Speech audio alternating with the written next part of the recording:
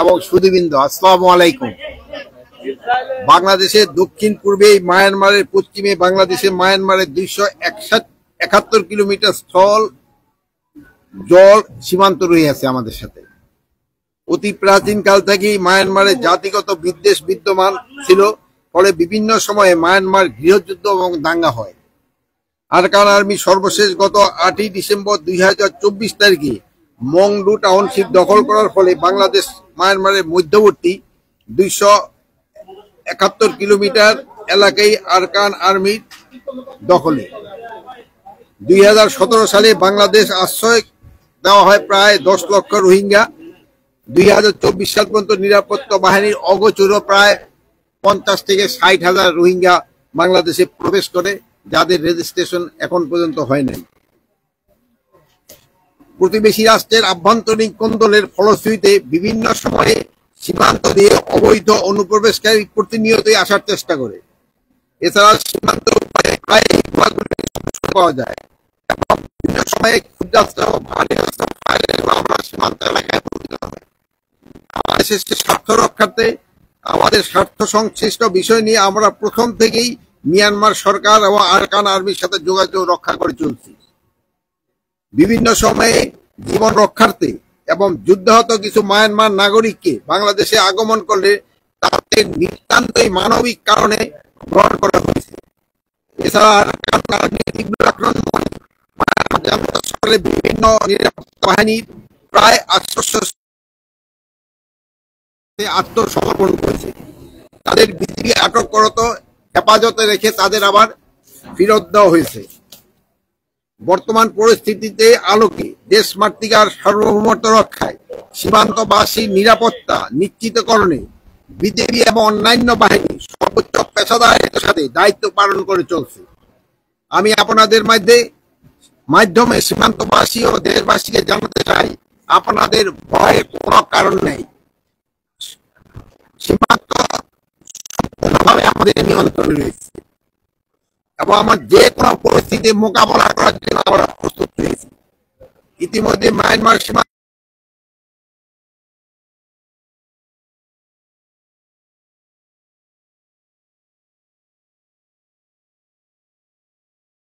বিভিন্ন গুরুত্বপূর্ণ স্থানে গোয়েন্দা কার্যক্রম বৃদ্ধি করা হয়েছে। বিজিবি রাত 24 ঘন্টা সার্বক্ষণিক টহল এবং কোস্টগার্ড, আনসার এবং অন্যান্য পুলিশ তারাও কিন্তু সার্বক্ষণিক টহল জারি রাখছে। সব বাহিনীর আন্তরিক এবং অক্লান্ত রক্ষার্থে বরিয়া হয়ে অসাধু বাংলাদেশ সংখ্যক কিন্তু বাংলাদেশে প্রবেশ করতেছে। আপনারা এই দালাল চক্রকে যেইভাবে হোক আপনারা প্রতিহত করতে হবে এবং আপনারা এই ব্যাপারে আমাদের সাহায্য করবেন। আপনাদের সাহায্য ছাড়া এটা করা খুব ডিফিকাল্ট হয়ে যায়, যেহেতু আপনারা জানেন এরা কোন সময় কোন দিক দিয়ে আসে। আপনারা আরো অবগত আছেন যে অন্তর্বর্তীকালীন সরকারের প্রধান উপদেষ্টা গত জাতিসংঘের সাধারণ পরিষদ সম্মেলন এবং মিশরের রাজধানী কায়রোতে প্রশাসনের বিষয়ে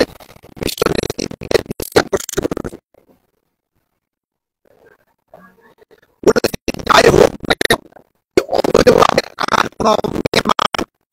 বাংলাদেশে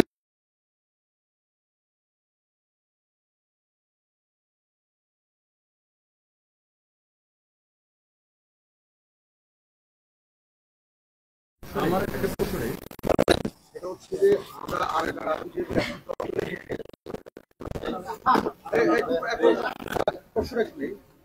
আরাকান আর্মি দখল নিয়েছে, তাদের সাথে আমাদের সম্পর্ক কাদের সাথে হবে? আর্মির সাথে হবে নাকি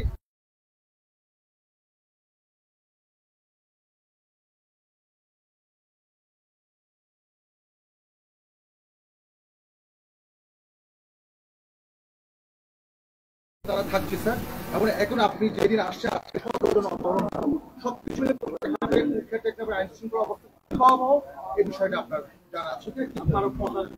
আপনি জানেন কিলোমিটার আমাদের বর্ডার এখন পুরোটি আগা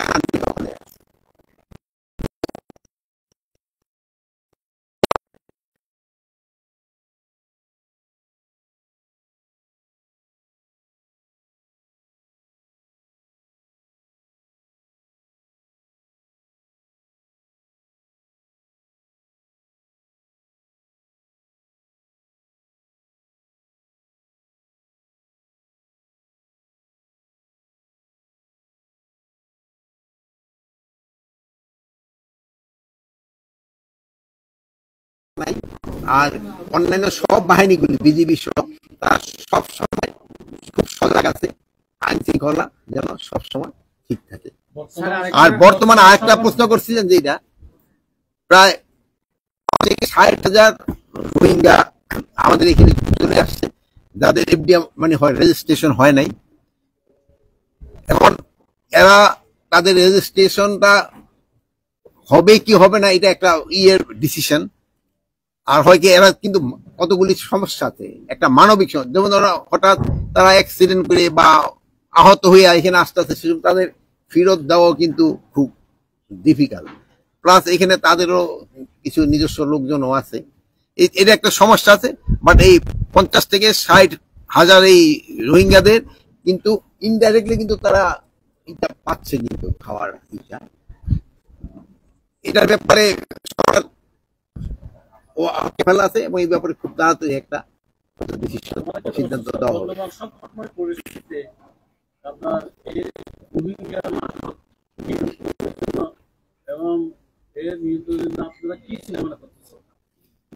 মানে এই এলাকায় মাদক কিন্তু প্রথম না, আপনাদের এই এলাকা মাদকের জন্য কিন্তু বিখ্যাত। এই জন্য মিস্টার বদিও তো এখানে বিখ্যাত, পুরো বাংলাদেশের জন্য কিন্তু নাম আছে আপনাদের।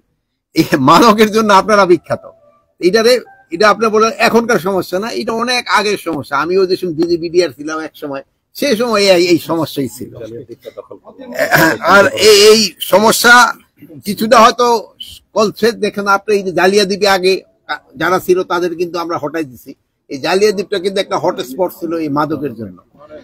প্লাস আমরা এই মাদকটা শুধু এই এলাকার না, এটা পুরা দেশের একটা সমস্যা, এটা একটা বিরাট দেশের একটা সমস্যা। এটা আপনাদের সবারই সাহায্য এবং সহযোগিতা দরকার হবে। এই মাদকটা যেভাবে হোক আমাদের এটা প্রতিহত করতে হবে। আপনারা এই যে আপনি হুজুরদের প্রশ্নটা করে ভালো, আপনার ইমাম সাহেবদেরও বলবেন যেন মসজিদে এরা যেন সবসময় বলে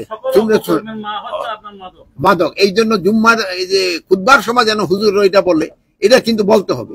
এটা এবার আমরা বলতেছি সফল কর্মের মাদক, কিন্তু এটা কিনা আমাকে পোলাবান হইতে ঝামেলাটা করতেছে। মানে এই জন্য আমরা যদি একটু সচেতন হই তবে কিন্তু আমরা আপনার প্রশ্ন করতে তবে কিন্তু আমরা এটা সমস্যাটা সমাধান করতে পারবো। এটা শুধু একটা আইন শৃঙ্খলা বাহিনী না, এটা আপনাদের সবাই সহযোগিতা দরকার।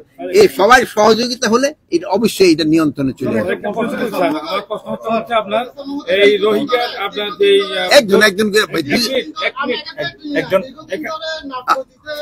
মাদক এবং এই রোহিঙ্গা অনুপ্রবেশের কথা বলে মাসিকের বন্ধ এবং করিডোরে বন্ধ রাখতে, সেক্ষেত্রে মানুষ অবৈধ পন্থা ব্যবহার করতেছে, অবৈধভাবে চোরাচালান গরু আসতেছে। এই বিষয়ে কোনো সিদ্ধান্ত নেওয়ার কোনো পরিকল্পনা আছে কিনা? কারণ এখন শুনেন, মাছ ধরা এটা বন্ধ রাখা হয়েছে, দেখি তো মাঝে মাঝে গোলাগুলি হয়, আপনারাই জানেন। গোলাগুলির আওয়াজ আপনারা পাইছেন, মাঝে মাঝে দিয়ে একটা গোলা। আরে শেষ করতে দেন ভাই। গোলাগুলি আওয়াজ কিন্তু এখানে আসে এবং অনেক সময় আমাদের এখানে কিন্তু হাতিয়ার কি বলে গুলির আইসেও কিন্তু আমাদের এখানে আহত হয়। এই জন্য আপাতত এটা বন্ধ রাখছে। পরিস্থিতিটা আরো একটু উন্নতি হলে, যেমন ধরেন এখান থেকে তাদের সরাই দেওয়া হয়েছে জেলাদ্বীপের থেকে, অন্যত এই এলাকায় হয়তো আর মাছ ধরার জন্য কোনো হয়তো সমস্যা হবে না।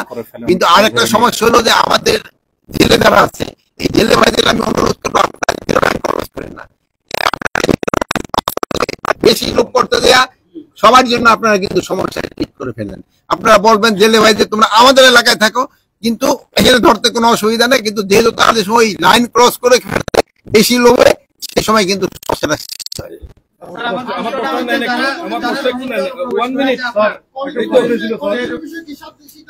আরে ভাই শুনতে ভাই সবাই বলে ভাই একজন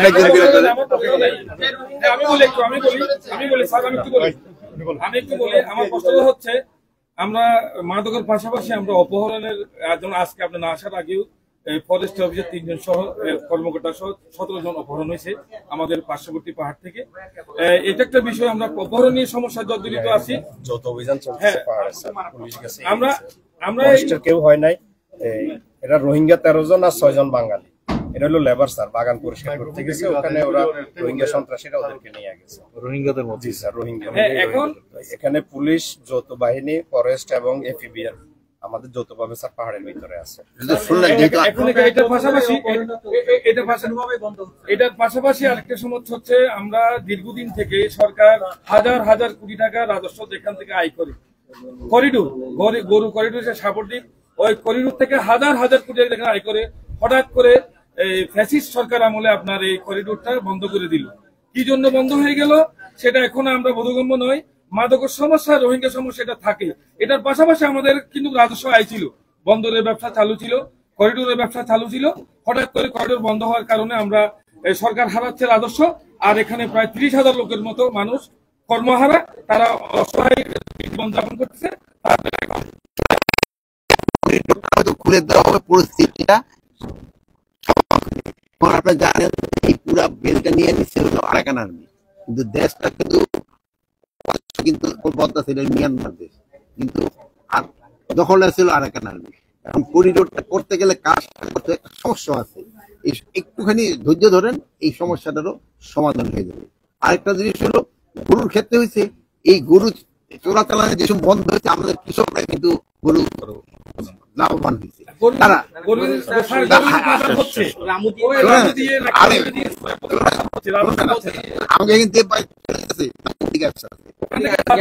এখন তো আমরা চাচ্ছি যে আমাদের কৃষকরা করুক, আমাদের কৃষকরা লাভবান হোক। চোরাই পথ আস্তে আস্তে বন্ধ হবে। শোনেন, এই যে আস্তে আস্তে ওদিকে বন্ধ হওয়ার পর দেখেন না, এখন কোরবানি এই বাজার দরকার হয় না,